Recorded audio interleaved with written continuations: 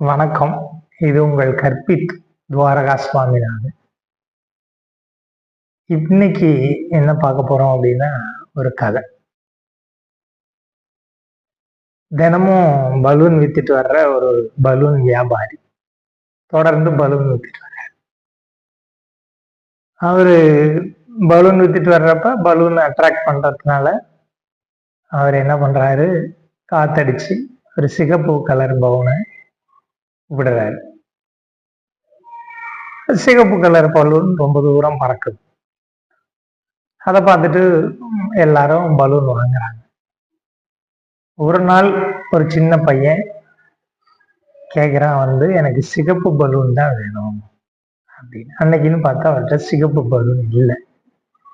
அப்ப அவர் கேட்கிறாரு, ஏன் நீ சிகப்பு பலூனையே கேட்கிற? இல்ல, நீங்க எப்ப பார்த்தாலும் சிகப்பு பலூன் விடும்போது அதுதான் மேல பறக்குது அப்படின்னு அந்த பையன் சொல்லியிருக்கான்.